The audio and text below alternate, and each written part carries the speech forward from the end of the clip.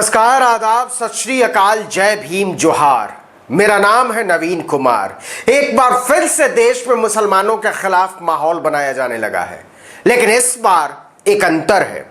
पहले इसमें कट्टरपंथी आगे आगे होते थे, राजनीतिक दल आगे आगे होते थे और टीवी चैनल वाले पीछे पीछे, लेकिन इस बार दोनों पीछे छूट गए हैं और चैनलों ने मुस्लिम विरोधी माहौल बनाने की कमान अपने हाथों में ले ली है और बहाना बनाया है आमिर खान को।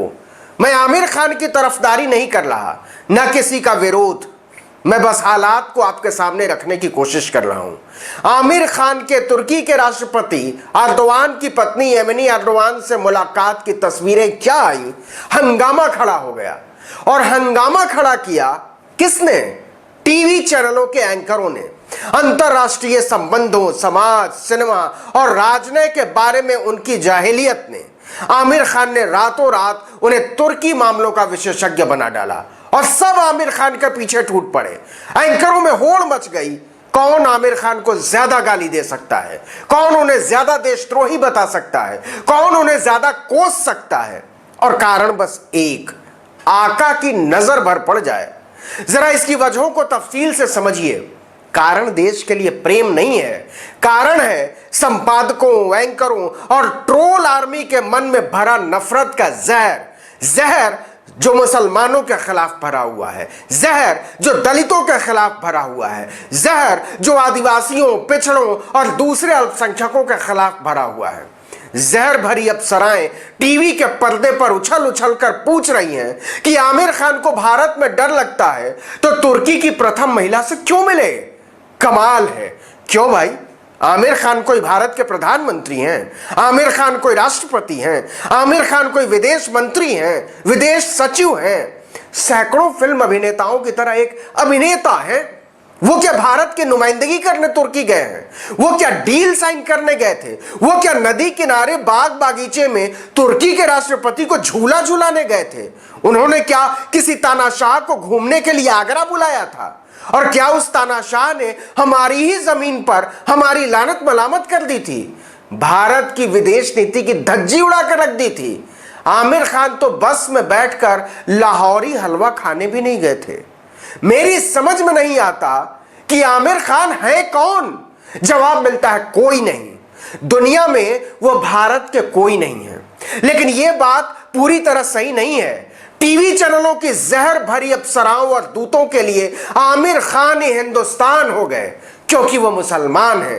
इससे भी बुरी बात यह है कि नामी गिरामी मुसलमान है। इससे भी बुरी बात यह कि वो किसी धर्म के लिए जहर नहीं उगलते। इससे भी बुरी बात यह कि उनकी पत्नी हिंदू है और आमिर खान के मुसलमान होने से उन्हें कोई फर्क नहीं पड़ता। लेकिन किरण राव कौन होती हैं यह तय करने वाली कि उन्हें आमिर खान के मुसलमान होने से कोई फर्क पड़ता है या नहीं पड़ता है?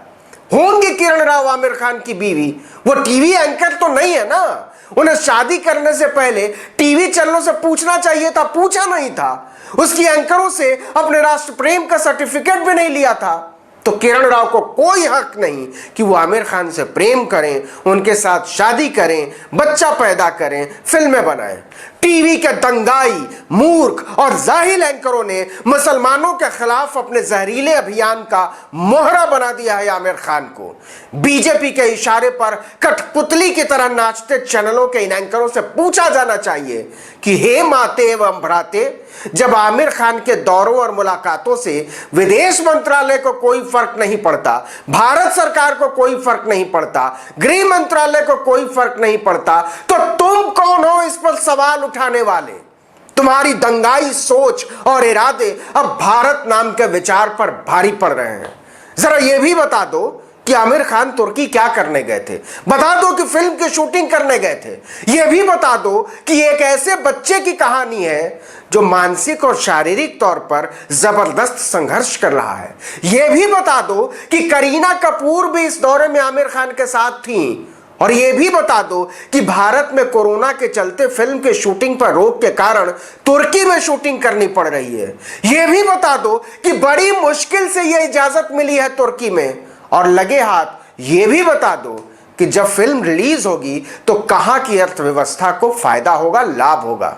पासपोर्ट बैन नहीं है भारत का तुर्की में। तो भूखे बेरोजगारों और बीमारों की तरफ से आंख मूंदे स्टूडियो में बैठे देशभक्ति के ठेकेदार, जरा उन तस्वीरों पर भी गौर करो जो तुर्की के राष्ट्रपति एर्दोगान की अगवानी में प्रधानमंत्री नरेंद्र मोदी के गले पड़ी हुई है, दिल्ली के राष्ट्रपति भवन से लेकर अंकारा तक। हे राष्ट्रवादी एंकरों, यह भी बता दो कि उसका क्या करना है। मैं तब भी कहूंगा कि कुछ नहीं करना। दुनिया में मुलाकातों का सिलसिला नहीं रुकना चाहिए, नहीं तो बर्लिन की दीवार नहीं गिरेगी, नहीं तो कोई फैज जमहूरियत की नज़में नहीं लिखेगा, नहीं तो कोई बुल्ले शाह मोहब्बत की फसलें नहीं बोएगा, नहीं तो कोई नाजिम हिकमत नहीं लिखेगा इश्क के अफसाने जालिमों से लड़ते हुए जेल में बैठकर।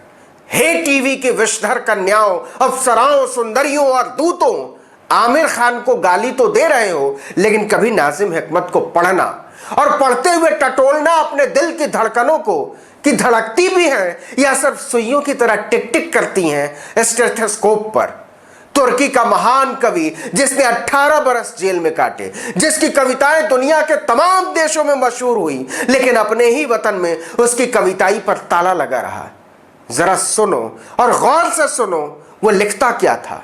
उसने लिखा, मैं तुम्हें प्यार करता हूं, जैसे रोटी को नमक में डुबोना और खाना, जैसे तेज बुखार में रात में उठना और टोंटी से मुंह लगाकर पानी पीना, जैसे डाकिये से लेकर भारी डिब्बे को खोलना बिना किसी अनुमान के कि उसमें क्या है, उत्तेजना, खुशी और संदेह के साथ।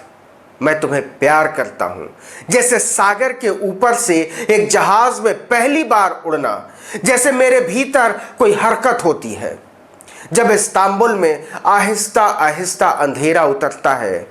मैं तुम्हें प्यार करता हूं, जैसे खुदा को शुक्रिया अदा करना हमें जिंदगी अता करने के लिए। तुर्की एर्दोगान का ही देश नहीं है कमबख्ती के मारो, तुर्की नाजिम हिकमत का देश है, मुस्तफा कमाल पाशा का मुल्क है। और नफरत है तुर्की से तो नोएडा के आलिशान स्टूडियो में विराजने वाली अप्सराओं, कभी आरके पुरम से खुलने वाली 610 नंबर की बस में बैठो, टिकट फ्री है। और लोक कल्याण मार्ग से आगे जाने वाली सड़क पर लगी उस पट्टी को उखाड़ फेंको जिस पर लिखा है मुस्तफा कमाल पाशा मार्ग, और इसके बाद सुनना बंद कर देना नुसरत फतेह अली खान को, सुनना बंद कर देना गुलाम अली, मेहंदी हसन, आबिदा परवीन, नूर जहां को, जाहिलियत की भट्टी में झोंक देना मंटो की किताबों को, और टीवी के स्टूडियो में बैठकर रामनामी ओढ़कर लगाते रहना भारत माता की जय, वंदे मातरम के नारे। मुसलमानों से नफरत करने वाली अप्सराओं, जरा दिल को बड़ा करो, आमिर खान को कोस लो, लेकिन तुमने पहलू खान के लिए क्या किया, अखलाक के लिए क्या किया, तबरेज अंसारी के लिए क्या किया, बाकी छोड़ो। यही बता दो कि इंस्पेक्टर सुबोध सिंह को किसने मारा। इस सवाल पर थूक गटकने लगते हो, थूक मत गटको, आईना देखो। तुम्हारी सूरतें बता रही हैं कि मुसलमानों से नफरत की तुम्हारी फितरत को राजा समझ गया है और उसने तुम्हारे ईमान को मुफ्त में नीलाम कर दिया है। सुनो टीवी चैनल की अफसराओं और दूतों, मुफ्त में नीलाम हो जाने वाला ईमान दुकान का सामान होता है, किसी भी मुल्क के इंसान से उसका कोई वास्ता नहीं होता। और सुनो, बिके हुए लोग देशभक्ति की बातें नहीं किया करते। इस वीडियो में इतना ही, लेकिन ऐसे तमाम वीडियो के लिए आर्टिकल 19 इंडिया को अब तक सब्सक्राइब नहीं किया तो सब्सक्राइब कर लीजिए, लाइक जरूर कीजिएगा, इससे हमारे अभियान को ताकत मिलती है। नमस्कार।